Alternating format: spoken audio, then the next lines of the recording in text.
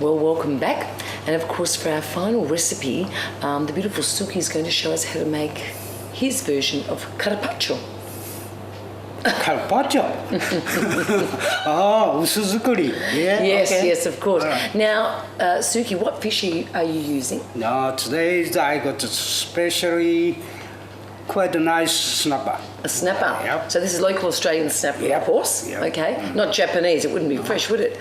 And let me ask you. So tell me, you basically get the whole fish. Once again, this is an art, and take the skin off. Yeah. remove all the bones. Yep. Or if you're clever enough, you've got to run your knife so that you actually take the fillet off without the bones. Yep. And then, is there a skill in laying it and cutting it? Because it's always on an angle, correct? No, you don't have to be. But the angle is much easier to cutting. It's easier to cut and less opportunity of actually cutting yourself, I guess. So you'll just see him do that. Let's go in and see how he does this. Carapacho. The Italians say Carapacho, Japanese say usuzukuri.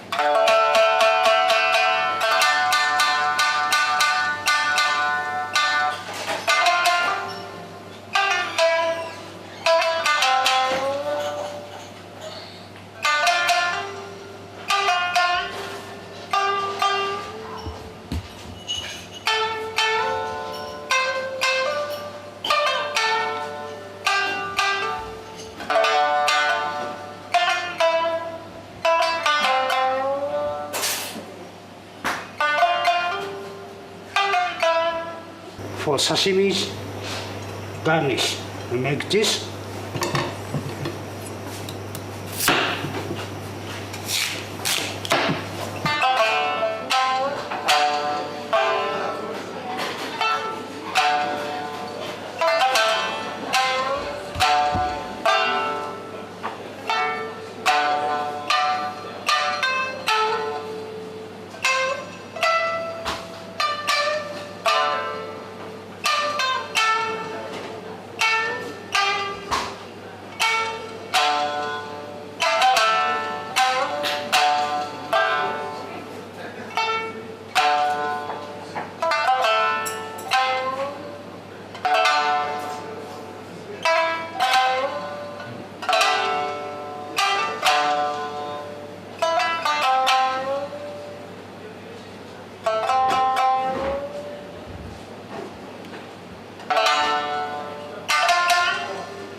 This is we call usuzukuri. Italian call Carapacho. Especially today, fresh snapper are using. Now we make the sauce. Sauce is very important.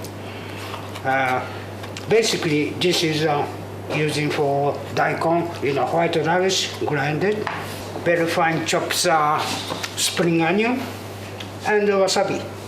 Should be that enough. It's little bit you like spicy, put in chili powder or something. This is sesame seed. We are bake it. Nice flavor coming up. Chopped spring onion. Daikon sauce. Very simple. Very easy to make. And very tasty. We make the sauce. Start off, grind fine daikon, radish, okay, and fine chopped spring onion, and little wasabi, and vinegar, and the soy sauce.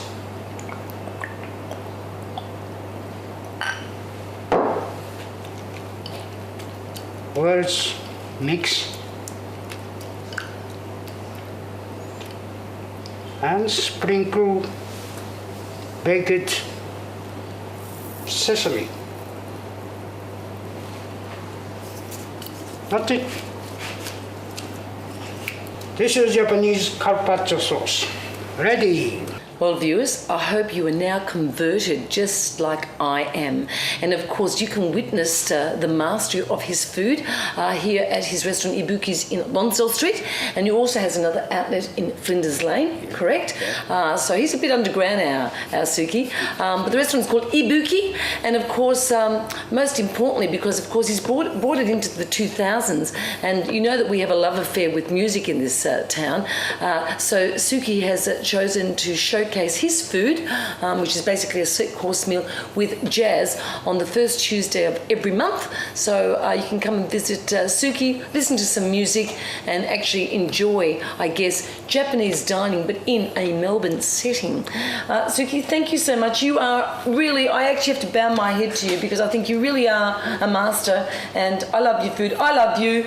And we wish you every success. You're and welcome. I hope that we can do another show with you soon. Okay. Okay. Alla prossima. Ciao. How do you say that in Japan? Sayonara. Sayonara. Ciao, ciao. Thank you.